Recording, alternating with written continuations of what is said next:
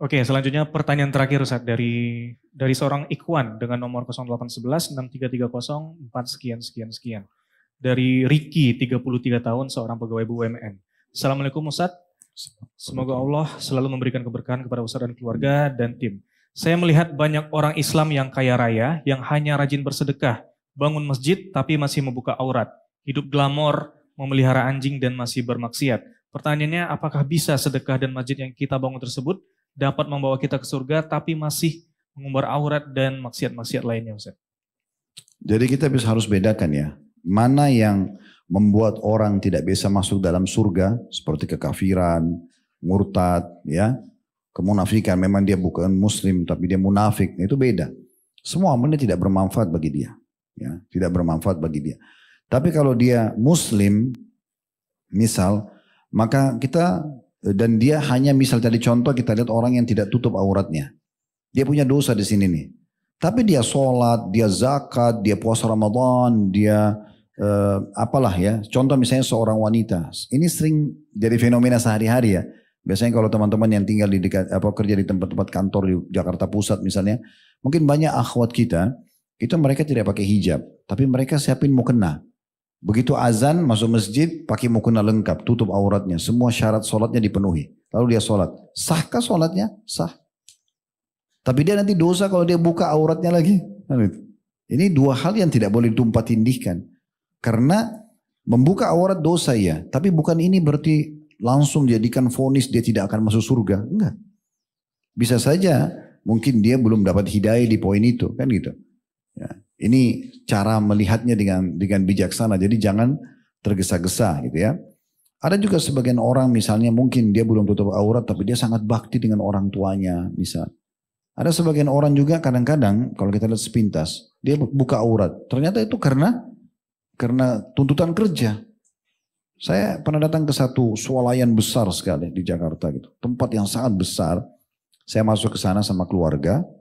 Pas lagi milih-milih pakaian terus rupanya ada staf-staf di situ datang. Ustadz Khalid bisa minta foto? Ya silakan. Ya laki-lakinya. Rupanya yang perempuannya juga pada datang. Ustadz mau foto. Saya bilang nggak bisa kecuali ada laki-laki bersamanya. Ada mahramnya. Ada. Apalagi saya kebetulan mereka di depan tidak berhijab. Saya tidak berhijab. Langsung mereka mengatakan. Mereka bilang. Tapi tidak jadi foto. Alhamdulillah terus mereka bilang begini. Ustadz sebenarnya kami ini berhijab. Sambil saya melihat ke arah lain. Saya dengarkan pembicaraan mereka. Kami ini sebenarnya berhijab Ustadz. Terus saya bilang, terus gimana ceritanya? Kok bisa nggak pakai hijab? Ini tuntutan kerja. Jadi kami ini kalau datang ke sini pakai hijab, buka di tempat kerja, pulang lagi pakai hijab lagi. Ada orang seperti itu. Mungkin karena dia tidak bisa hidup kecuali bekerja di situ, kan gitu. Kesian sekali gitu ya. Jadi semoga Allah SWT angkat permasalahan-permasalahan seperti ini. Jadi saya berharap teman-teman kita Muslim yang punya peluang rezeki yang dibukakan oleh Allah SWT pekerjakan para orang-orang muslim ini supaya mereka bisa selamat dari hal-hal seperti ini. Karena banyak mereka tidak bisa hadir sholat Jumat, sholat berjamaah, itu karena masalah bekerja di tempat-tempat yang memang melarang mereka itu. Jadi ada tuntutan. Jadi saran saya jangan buru-buru menilai orang ya. Jadi harus hati-hati sekali dalam menilai orang. Dan kita fokus dakwahi masalah itu saja. Misalnya tidak berhijab. Ya udah itu kita dakwahi.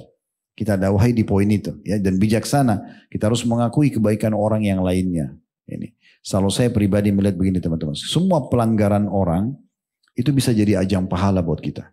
Kenapa? Atau bagaimana caranya kita jadikan itu sebagai ajang dakwah. Nasihati dia, luruskan.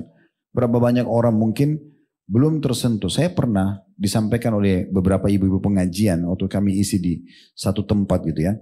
Dia bilang, Ustadz, ada satu teman kami sudah sekian tahun ikut pengajian. 10 tahun atau berapa gitu. Nggak pakai hijab. Nggak pakai hijab dia.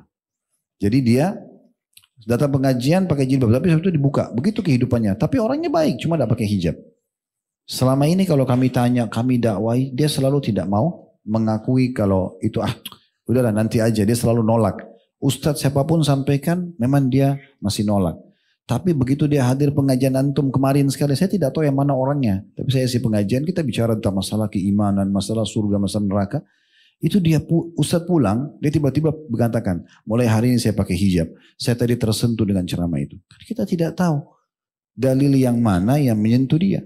Jangan putus asa untuk menasihatin dan mengingatkan orang lain, kan begitu. Jadi kita tidak tahu, Allahu a'lam. Jadi hati-hati teman-teman sekalian menilai orang lain, jangan tergesa-gesa. Mungkin begitu saja. Semoga apa yang kita bahas hari ini bermanfaat buat kita semua. Dan mungkin masih ada pertanyaan masuk yang belum bisa dijawab. Insya Allah kita akan jawab di waktu lain nanti. Kalau ada benar dari Allah, amalkan dan terima. Kalau ada salah dari saya, mohon dimaafkan.